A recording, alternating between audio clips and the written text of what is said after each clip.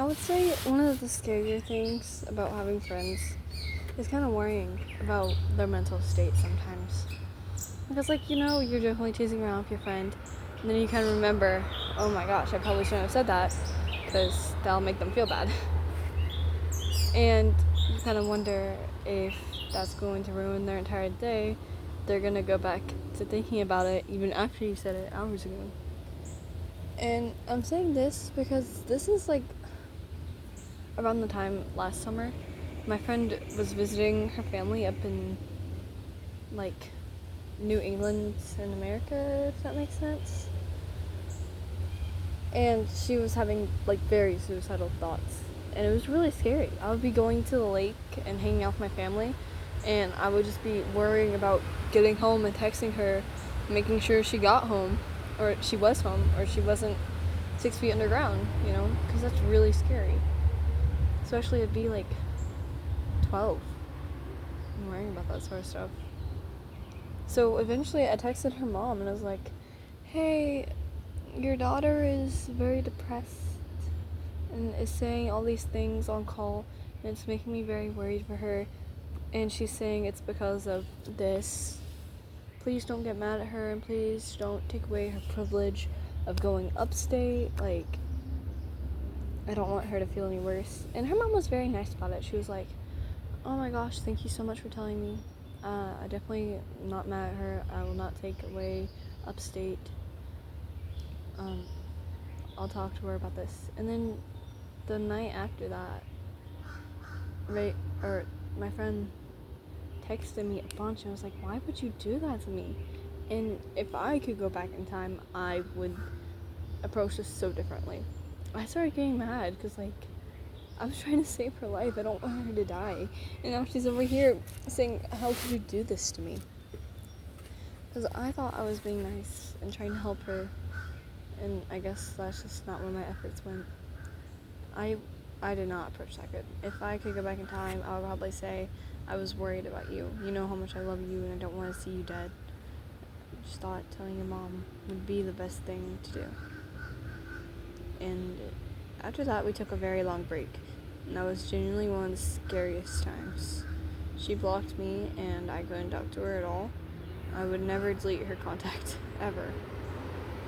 Because I was just so scared that I would lose it and I wouldn't be able to text her and I wouldn't be able to find out if she was alive after we took our quote-unquote break. And then the crazy thing is, we were already mad at one of my other best friends. And then after that, she went back to her and didn't tell me. And so I was alone the entire summer without any friends. And I couldn't go to anyone to talk about it. And it was so hard. Because they've always done that to me. They get mad at each other and then they separate. And then I hang out with one of them for a while. And then I end up getting mad at them. And then we separate. And then they go back together. And they're like, oh, I'm glad you solved your differences. But no, it's not my fault. It's so annoying, and they've always liked each other better, but it's okay, I guess. Because, I always try and put in my best effort into being their friend.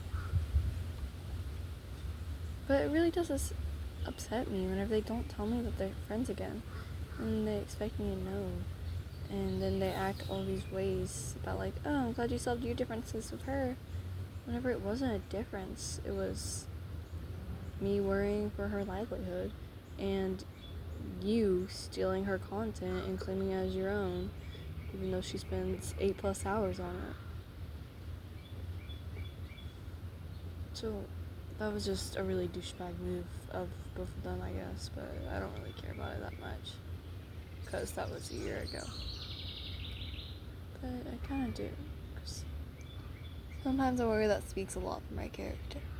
The things I've gone through and the things people have heard of me and the things I've done speak a lot about what I am.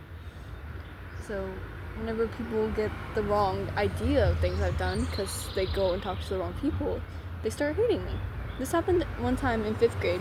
I was on this little club where a bunch of girls would go and run around the school, and I wasn't very good at making friends, so I made a very bad friend. And she told this other girl in a grade lower than us all these awful things about me, how awful a person I was. And then she would start giving me side eyes and making fun of me with the pace that I ran, even though she only walked. It was so stupid too. I don't want to name drop anyone, and I'm getting so close to, but I'm trying not to. This girl was just not a good person at all. Whenever we first met, I was like, oh, she knows a little bit of sign language. That's so cool. I like sign language. I'm trying to learn it too. And so I tried to become a friend, and I did. To the most worst decision ever, by the way. And so at lunch, she would start, like, hitting my arm. And so, like, trying to bruise it. I literally came home with bruises and red marks, and I would get in trouble for fighting. Even though I wasn't fighting anyone, it was just her being a douche. And then she would just be very toxic. And whenever I got upset with her, or we got into an argument about something stupid, then she would write these long letters of an apology, and I would just rip them up because I was tired of dealing with her. She even called herself toxic. She knew she was toxic. I don't know why. I know why I kept along. Because she was like my last resort. I'd only made 2 friends from kindergarten to 4th grade, and they were my best friends ever, and eventually they just started not liking me and hung out with different people, and so I was completely alone. And so yeah, I just started making friends with anyone that would want to be my friend. A lot of the time I would end up walking alone anyways. Oh, and the craziest thing, they always made me play like this tag game. I was always a witch, and they always had these like privileges or special abilities where it would make it impossible for them to ever get tagged, and they just kept on playing it every single day. I finally got tired of it, and I told them, I'm not going to play your stupid game anymore if you want to keep on acting like that. If I don't get a special privilege or get to do something where I can actually play the game with y'all, then I'm not going to play with you. And then they got mad at me because apparently I overreacted. I was very emotional and dramatic back then. But now I'm like, if you don't like me, suck it up and deal with it like a woman. And yeah. At least that's what I like to think. I know people not liking me is a very big concern, actually. Yeah. I came on here to talk about how I was scared about my friend's suicide, and then I came on here to talk about the worst person ever. It's crazy how my brain works sometimes. I know, like, I'm a middle schooler, and so, like, a very common theme on here is going to be friend struggles.